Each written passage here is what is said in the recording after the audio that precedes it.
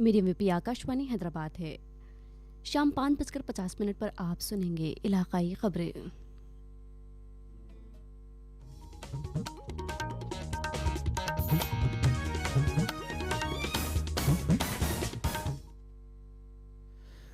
ये आकाशवाणी है। अब आप मोहम्मद शफीक से इलाकाई खबरें सुनिए। मरकज़ी हुकूमत की पॉलिसियों के ख़िलाफ़ ट्रेड यूनियनों की 2 रोज़ा मुल्कगीर हड़ताल के पहले दिन तेलंगाना और आंध्र प्रदेश में बैंक खिदमात और कोयले और स्टील की पैदावार मुतासर हुई। जवाहरलाल नेहरू टेक्नोलॉजिकल यूनिवर्सिटी हैदराबाद ने Telangana State Engineering Agriculture and Medical Common Entrance Test 2022 के लिए नोटिफिकेशन जारी कर दिया है। हनमकुंडे में कल से कौमी सकाफती फेस्टिवल शुरू हो रहा है, जिसका इफ्तिताह गवर्नर तमिलिसाई सौंदरराजन करेंगी। और कामारेड्डी ज़िले में एक आरटीसी बस ने एक कार को टक्कर मार दी, जिसके नतीजे में 5 अफराद हलाक हो गए।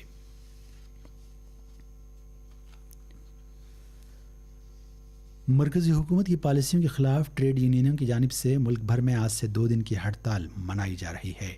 हड़ताल के पहले दिन तेलंगाना और आंध्र प्रदेश में बैंक खिदमात और कोयले और स्टील की पैदावार मुतासर हुई। INTUC, AITUC, CITU और दीगर मरकज़ी ट्रेड यूनियनों ने इस बंद की अपील की है। बैंकों के मुलाजिमीन ने हड़ताल में हिस्सा लिया, जिससे दोनों रियासतों में सरकारी शोबे के बैंकों में कारोबार ठप पड़ गया।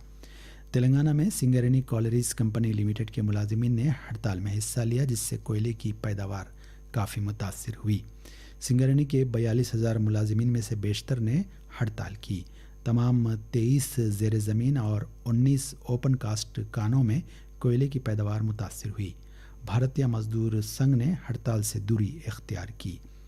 ताहम हैदराबाद में बंद का असर नहीं देखा गया। आरटीसी बसें, कैब्स और ऑटो रिक्शा मामूल के मुताबिक सड़कों पर नजर आए।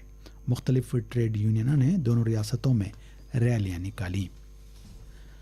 बैंकों, LIC और दीगर इदारों के मुलाजिमीन ने आज वरंगल में रैलियां मुनज़्ज़म की और धरने दिए। वरंगल वेस्ट के MLA D विनय भास्कर ने हनमकुंडी की आंध्रा बैंक ब्रांच पर मुनक़िदा धरने में CPI, CPM, CITU, कांग्रेस और दीगर जमातों के साथ मिलकर शिरकत की। इस मौके पर विनय भास्कर ने सरकारी शोबे के इदारों को खानगियाने की मरकज़ी हुकूमत की कोशिशों पर तनक़ीद की। उन्होंने इल्ज़ाम लगाया कि BJP हुकूमत कारपोरेट इदारों की मदद कर रही है। चीफ मिनिस्टर के चंद्रशेखर राव ने आज यादाद्री भुवनगिरी ज़िले के श्री लक्ष्मी नरसिम्हा स्वामी मंदिर की महाकुंभ संप्रोक्षणा तकरीब में शिरकत की। चीफ मिनिस्टर आज अपने अरकान ख़ानदान के हमरा हैदराबाद से यादाद्री पहुंचे। 5 साल से ज़्यादा अरसे के बाद इस मंदिर को यात्रियों के लिए दोबारा खोल दिया गया है। मंदिर की तामीर नौ और इसकी तज़ीन नौ का काम 1280 करोड़ रुपए की लागत से मुकम्मल किया गया है। ये मंदिर 2,50,000 टन स्याह ग्रेनाइट से तामीर किया गया है। इस तामीरी काम में 2,000 से ज़्यादा संग तराशों और दूसरे मुलाजिमीन ने हिस्सा लिया। तिरुपति की मंदिर की तरह यादाद्री मंदिर का नज़्म चलाया जाएगा। जवाहरलाल नेहरू टेक्नोलॉजिकल यूनिवर्सिटी हैदराबाद ने Telangana State Engineering Agriculture and Medical Common Entrance Test MSET 2022 के लिए नोटिफिकेशन जारी कर दिया है। इस नोटिफिकेशन के मुताबिक एंट्रेंस टेस्ट के लिए जुर्माने के बगैर ऑनलाइन रजिस्ट्रेशन की आखिरी तारीख 28 में है। ऑनलाइन रजिस्ट्रेशन का आगाज़ 6 अप्रैल को होगा। इंजीनियरिंग या एग्रीकल्चर और मेडिकल स्ट्रीम के लिए रजिस्ट्रेशन फ़ीस आम तलबा के लिए 800 रुपये और SC, ST और जिस्मानी माज़ूरीन के लिए 400 रुपये है। जैसा कि पहले ही ऐलान किया जा चुका है, एग्रीकल्चर और मेडिकल स्ट्रीम के लिए एंट्रेंस इम्तिहान 14 और 15 जुलाई को और इंजीनियरिंग स्ट्रीम के लिए 18, 19 और 20 जुलाई को होगा। दोनों टेस्ट सुबह 9 बजे से 12 बजे तक और दोपहर 3 बजे से शाम 6 बजे तक होंगे। तफसीलात MSET की वेबसाइट से हासिल की जा सकती हैं। वज़ीर-ए-आज़म नरेंद्र मोदी 1 अप्रैल को दिल्ली के तालकटोरा स्टेडियम में परीक्षा पे चर्चा प्रोग्राम के दौरान तलबा, उनके वालिदैन और असातिज़ा के साथ तबादला ख्याल करेंगे। वज़ीर-ए-आज़म तनाव से पाक इम्तिहानात के बारे में इजहार ख्याल करेंगे। مودی نے طلبہ، ان کے والدین اور اساتذہ سے اپیل کی ہے کہ وہ 1 اپریل کو اس سال کے پریکشا پہ چرچا پروگرام میں شرکت کریں۔ خریف مارکیٹنگ سیزن 2021-22 میں دھان کی خریدی کا عمل اطمینان بخش انداز میں جاری ہے۔ کسانوں کو گزشتہ برسوں کی طرح اقل ترین امدادی قیمت ادا کی جا رہی ہے۔ وزارت غذا نے بتایا کہ کل تک خریف مارکیٹنگ سیزن 2021-22 کے دوران ریاستوں اور مرکزی زیر انتظام علاقوں بشمول تلنگانہ اور آندھرا پردیش سے 741 لاکھ میٹرک ٹن سے زیادہ دھان خریدی گئی۔ وزارت نے بتایا کہ اب تک 105 لاکھ سے زیادہ کسانوں کو اقل ترین امدادی قیمت کی صورت میں 1,45,358 کروڑ روپے ادا کیے گئے ہیں۔ یہ خبریں آپ کی خدمت میں آکاشوانی حیدرآباد سے پیش کی جا رہی ہیں۔ کیا آپ کمپٹیٹیو ایگزام کی تیاری کر رہے ہیں؟ آل انڈیا ریڈیو کے نئے پروگرام ابھیاس میں ہمارے وشیشجঞ آپ کے سوالوں کا دیں گے جواب۔ شنیوار رات 9:30 بجے FM گولڈ پر۔ اس بار کا وشے ہے ہسٹری۔ آپ اس سے جڑے سوال واٹس ایپ کریں 928909444 پر، یا سوال ای میل بھی کر سکتے ہیں abhyas.air@gmail.com پر۔ اتہاس وشے پر آپ کے پرشن ہمیں 30 مارچ تک مل جانے چاہیے۔ آپ کا ابھیاس ہمارا پریاس۔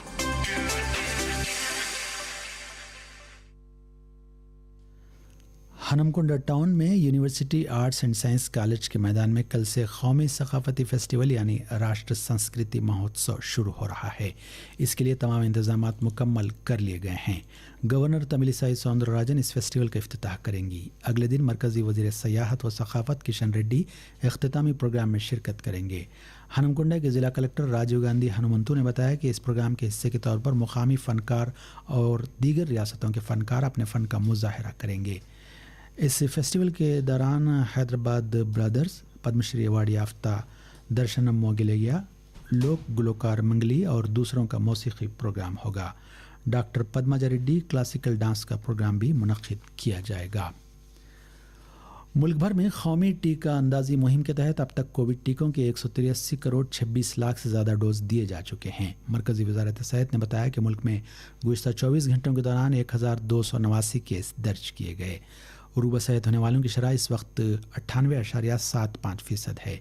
گزشتہ 24 گھنٹوں کے دوران جملہ 1567 افراد عروبہ صحت ہوئے۔ صحت یاب ہونے والوں کی جملہ تعداد 4 کروڑ 24 لاکھ سے زیادہ ہو گئی ہے۔ کاماریڈی ضلع کے ماچیریڈی منڈل کے گھنپور گاؤں کے قریب آج صبح ایک RTC بس نے ایک کار کو ٹکر مار دی، جس کے نتیجے میں 5 افراد ہلاک ہو گئے۔ یہ حادثہ اس وقت پیش آیا جب کار سرسلہ کی طرف جا رہی تھی، جبکہ RTC بس کاماریڈی سے کریم نگر کی طرف آ رہی تھی۔ پولیس نے بتایا کہ یہ حادثہ تیز رفتاری کی وجہ سے پیش آیا۔ مہلوکین کا تعلق نظام آباد ضلع سے ہے۔ ایک زخمی شخص کو بہتر علاج کے لیے حیدرآباد منتقل کیا گیا ہے۔ مہلوک گینگسٹر نعیم الدین عرف نعیم کی 10 بے نامی جائیدادوں کو ضبط کرنے کے لیے انکم ٹیکس محکمے کے بے نامی پروہیبیشن یونٹ نے خطی احکام جاری کر دیے ہیں۔ دونوں تیلگو ریاستوں میں جائیداد کی ضبطی کا یہ اپنی نوعیت کا پہلا حکم نامہ ہے۔ انکم ٹیکس کے محکمے نے یادادری بھونگیر ضلع میں نعیم کی زمینات، کمرشل کامپلیکس اور زرعی پلاٹ ضبط کر لیے۔ نعیم کو 8 اگست 2016 کو شاد نگر میں پولیس نے ایک انکاؤنٹر میں ہلاک کر دیا تھا۔ مرکزی حکومت نے کہا ہے کہ امپلائیز پروویڈنٹ فنڈ اسکیم کے تحت گزشتہ سال 31 مارچ تک 11,72,923 غیر کارکرد کھاتوں میں 3,900 کروڑ روپے سے زیادہ کی رقم جمع تھی۔ لوک سبھا میں تحریری جواب میں لیبر اور روزگار کے مملکتی وزیر رامیشور تیلی نے بتایا کہ EPF کے تحت ملازمین کی جانب سے جمع کی جانے والی رقم میں اضافے کی کوئی تجویز نہیں ہے۔ انہوں نے کہا کہ امپلائیز پروویڈنٹ فنڈ آرگنائزیشن کے پاس دعووں کی پروسیسنگ اور ان کے تصفیے کے لیے آن لائن اور فعال میکانزم موجود ہے۔ مولانا آزاد نیشنل اردو یونیورسٹی کے ماس کمیونیکیشن اور جرنلزم کے شعبے میں 2 سال میں ایک مرتبہ منعقد کیے جانے والے لوگو ڈیزائن کے مقابلے کی بہترین لوگوں کی رسم اجرا انجام دی۔ یونیورسٹی کے وائس چانسلر پروفیسر سید عین الحسن نے اردو صحافت کے 200 سال کی تقاریب کے کاروان اردو صحافت کے دوران لوگوں کی رسم اجرا انجام دی۔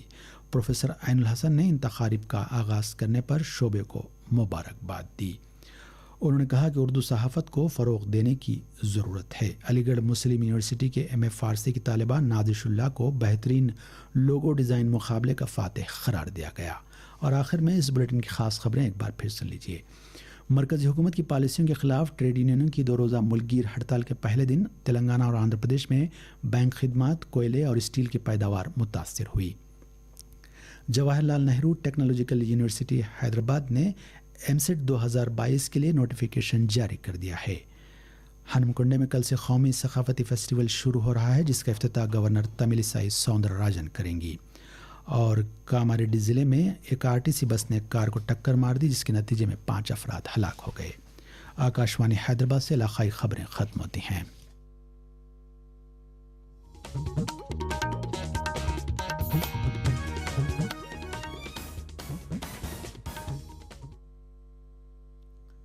ఇంతవరకు ఉర్దూలో ప్రాంతీయ వార్తలు విన్నారు.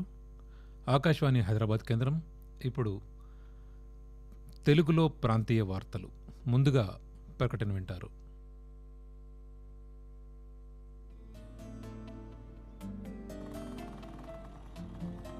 సార్ నేను సాయం చేయనా?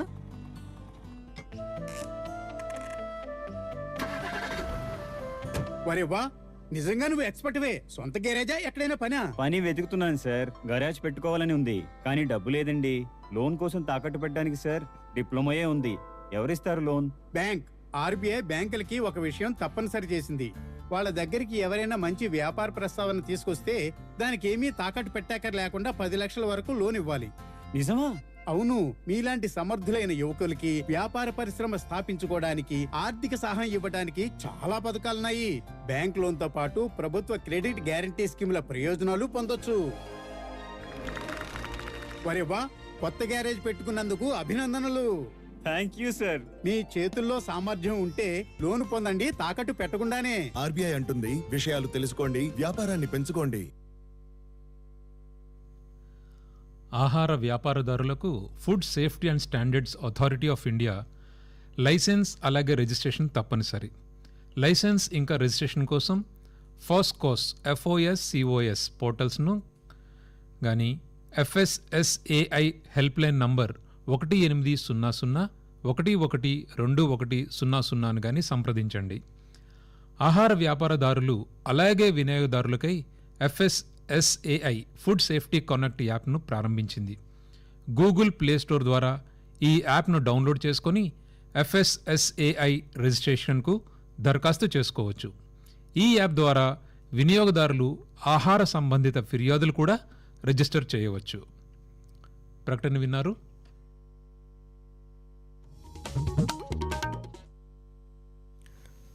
ఆకాశవాణి ప్రాంతీయ వార్తలు చదువుతున్నది గద్దె దుర్గారావు. కేంద్ర ప్రభుత్వ విధానానికి వ్యతిరేకంగా దేశవ్యాప్తంగా కార్మిక సంఘాలు చేపట్టిన 2 రోజుల సమ్మె వల్ల ఉభయ తెలుగు రాష్ట్రాల్లో బ్యాంకింగ్ సేవలు నిలిచిపోయాయి. బొగ్గు, ఉక్కు ఉత్పత్తి నిలిచిపోయింది. భువనగిరి జిల్లాలోని యాదాద్రి శ్రీ లక్ష్మీనరసింహస్వామి గుడిలో మహాకుంభ సంప్రోక్షణ వేడుకల్లో ముఖ్యమంత్రి చంద్రశేఖరరావు తన కుటుంబ సభ్యులతో కలిసి పాల్గొన్నారు. హన్మకొండ పట్టణంలో రేపటి నుంచి యూనివర్సిటీ ఆర్ట్స్ అండ్ సైన్స్ కళాశాల మైదానంలో జరిగే జాతీయ సాంస్కృతిక మహోత్సవాన్ని రాష్ట్ర గవర్నర్ డాక్టర్ తమిలిసై సౌందరరాజన్ ప్రారంభిస్తారు.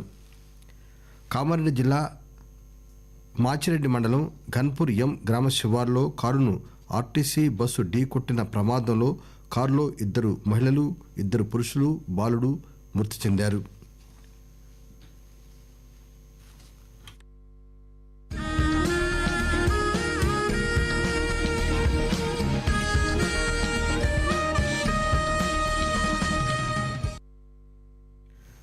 దేశ స్వాతంత్ర్యం సాధించి 75 ఏళ్లైన సందర్భంగా ఆకాశవాణి హైదరాబాద్ కేంద్రం ప్రాంతీయ వార్తా విభాగం నిర్వహిస్తున్న ఆజాదీ కా అమృత్ మహోత్సవ్ క్విజ్ సిరీస్లో ఈరోజు 33వ ప్రశ్న విందాం.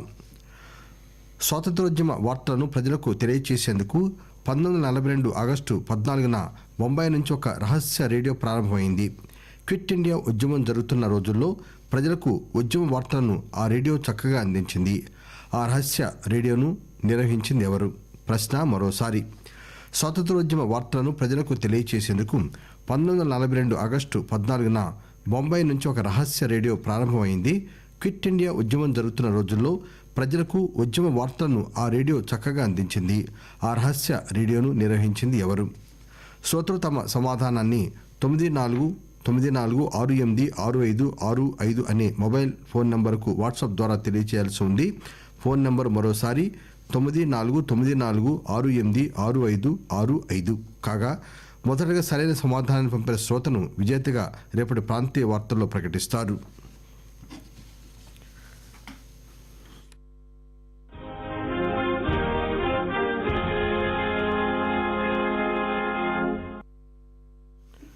కేంద్ర ప్రభుత్వ విధానాలకు వ్యతిరేకంగా దేశవ్యాప్తంగా కార్మిక సంఘాలు చేపట్టిన 2 రోజుల సమ్మె వల్ల ఉభయ తెలుగు రాష్ట్రాల్లో బ్యాంకింగ్ సేవలు నిలిచిపోయాయి.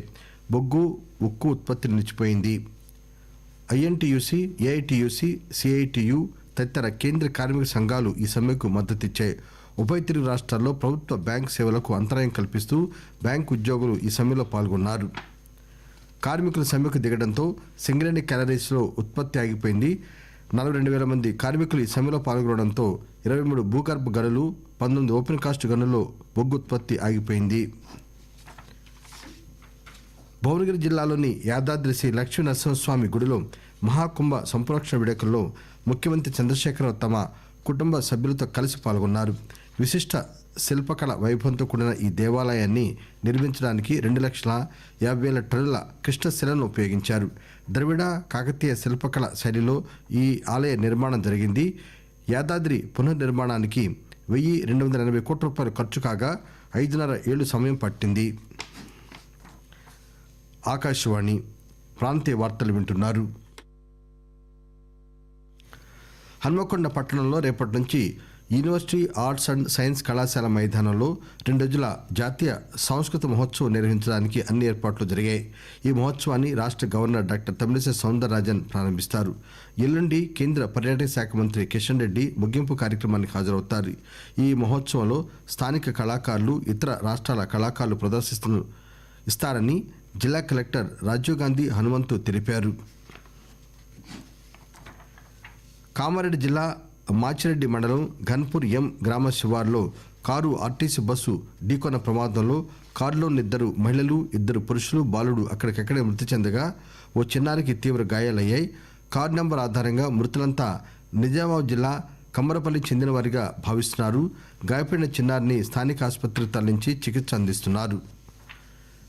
Jawaharlal Nehru technological university Hyderabad JNTUH ఈరోజు TS EAMCET 2022 medical common entrance test 2022 notification విడుదల చేసింది.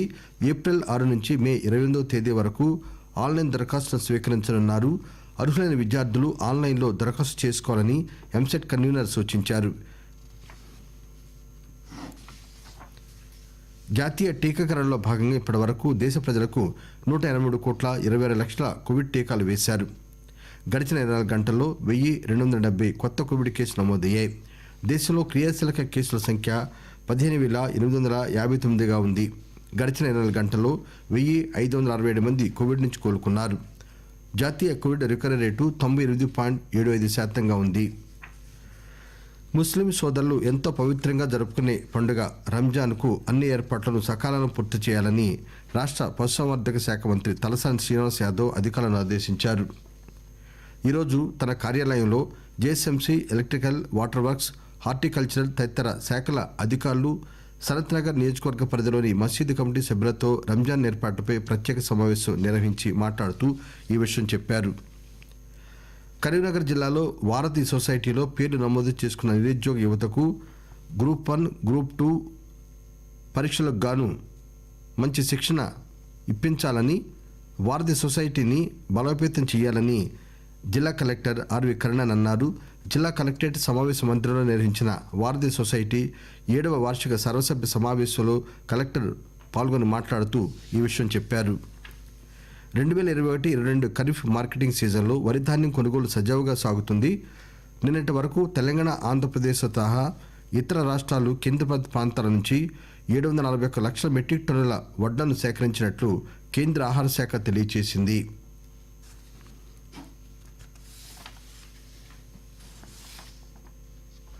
గత సంవత్సరం మార్చి 31వ తేదీ నాటికి ఉద్యోగుల భవిష్య నిధి పథకం కింద 11,72,923 లావాదేవీలు జరగని ఖాతాల్లో 3,900 కోట్ల రూపాయలు జమ అయి ఉన్నాయని కేంద్ర ప్రభుత్వం ఈరోజు లోక్సభకు లిఖితపూర్వకంగా తెలిపింది. ముఖ్యాంశాలు మరొకసారి. కేంద్ర ప్రభుత్వ విధానానికి వ్యతిరేకంగా దేశవ్యాప్తంగా కార్మిక సంఘాలు చేపట్టిన 2 రోజుల సమ్మె వల్ల ఉభయ తెలుగు రాష్ట్రాల్లో బ్యాంకింగ్ సేవలు నిలిచిపోయాయి. బొగ్గు ఉక్కుత్పత్తి నిలిచిపోయింది. భువనగిరి జిల్లాలోని యాదాద్రి శ్రీ లక్ష్మీనరసింహస్వామి గుడిలో మహాకుంభ సంప్రోక్షణ వేడుకల్లో ముఖ్యమంత్రి చంద్రశేఖరరావు తన కుటుంబంతో కలిసి పాల్గొన్నారు. హనుమకొండ పట్టణంలో రేపటి నుంచి యూనివర్సిటీ ఆర్ట్స్ అండ్ సైన్స్ కళాశాల మైదానంలో జరిగే జాతీయ సాంస్కృతిక మహోత్సవాన్ని రాష్ట్ర గవర్నర్ డాక్టర్ తమిళిసై సౌందరరాజన్ ప్రారంభిస్తారు. ఆకాశవాణి ప్రాంతీయ వార్తలు ఇంతటితో సమాప్తం.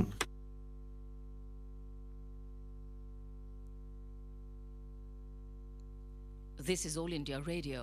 The news read by Gaurang Dhawanlal.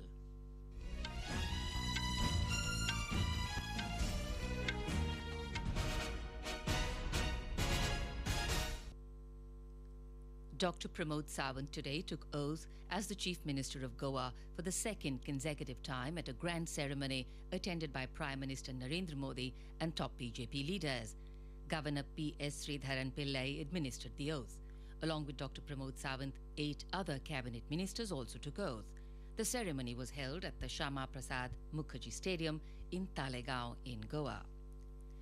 In Uttar Pradesh, the swearing-in ceremony of the newly elected members for the 18th Assembly session started today. Chief Minister Yogi Adityanath was administered the oath first, being the leader of the House. Leader of the opposition Akhilesh Yadav also took oath as an MLA. The oath was administered by Pro Tem Speaker Ramapati Shastri. The swearing-in ceremony will continue tomorrow, also from 11 a.m. The election for the Speaker of the Assembly will take place tomorrow afternoon. Speaking to the media prior to the ceremony, Chief Minister Yogi Adityanath congratulated the newly elected MLAs and extended good wishes. CM Yogi Adityanath also met the leader of the opposition, Akhilesh Yadav, in the Legislative Assembly. External Affairs Minister Dr. S. Jaishankar, who is in Sri Lanka, called on President Gotabaya Rajapaksa today in Colombo. They reviewed various dimensions of the close neighbourly relationship. Dr. Jaishankar assured him of India's continued cooperation and understanding. He also called on Prime Minister Mahinda Rajapaksa.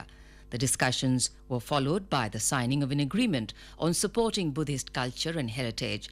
The External Affairs Minister toured an ongoing camp virtually in Jaffna on fitting of the Jaipur Fort. He also virtually inaugurated the Jaffna Cultural Centre constructed by India. Dr. Jaishankar visited the HCL Technologies Office Development Centre in Colombo. He said, "It is a great example of shared talent and global workplace." The Sri Lankan Minister for Youth and Sports, Namal Rajapaksa, also joined the occasion. The External Affairs Minister visited the Lanka IOC, a subsidiary of the Indian Oil Corporation in downtown Colombo today. Managing Director of Lanka IOC, Manoj Gupta, briefed Dr. Jaishankar on the fuel supply situation. The External Affairs Minister said the Indian line of credit of $500 million is helping the Sri Lankan people in their everyday life. He began his Sri Lanka visit by meeting Finance Minister Basil Rajapaksa this morning. Dr. Jaishankar said they discussed the economic situation in India's supportive response. He said India will continue to be guided by the Neighbourhood First policy. The External Affairs Minister will participate in the Bay of Bengal initiative for multi-sectoral technical and economic cooperation, BIMSTEC ministerial meeting tomorrow in Colombo. The Rajya Sabha has taken up a discussion on the Appropriation Bill 2022 and the Finance Bill 2022. Finance Minister Nirmala Sitharaman moved the bills. Initiating the discussion, Congress MP Shakti Singh Gohil said the COVID-19 pandemic has impacted the budget of households. Participating in the discussion, BJP member Sushil Kumar Modi criticized the opposition for allegedly provoking people against the lockdown imposed during the COVID-19 pandemic, lauding the steps taken during lockdown and the increase in vaccination coverage by the government. He said these measures have helped in containing the spread of COVID-19. The government has sanctioned 1.15 crore houses under the Pradhan Mantri Awas Yojana Urban, which is going to end this month. Replying to supplementaries during question hour in the Rajya Sabha today, Housing and Urban Affairs Minister Hardeep Singh Puri said the objective of the scheme and the dream of Prime Minister Narendra Modi will stand fulfilled within the next 18 months. The Lok Sabha has taken up the Constitution Scheduled Tribes Order Amendment Bill 2022 for consideration and passing. The bill seeks to amend the Constitution Scheduled Tribes Order 1950 for inclusion of a certain community in the list of scheduled tribes in relation to the state of Tripura. The bill proposes to insert the Darlong community as a sub-tribe of Kuki in the list of scheduled tribes. Moving the bill in the House, Tribal Affairs Minister Arjun Munda said the Narendra Modi government is committed to the development of tribal areas and the welfare of the tribal community. The discussion is underway. This is All India Radio giving you the news. For quick news updates round the clock, follow us on Twitter at @AIR News Alerts. क्या आप competitive exam की तैयारी कर रहे हैं? All India radio के नए programme अभ्यास में हमारे विशेषज्ञ आपके सवालों का देंगे जवाब। शनिवार रात 9:30 बजे FM गोल्ड पर। इस बार का विषय है हिस्ट्री।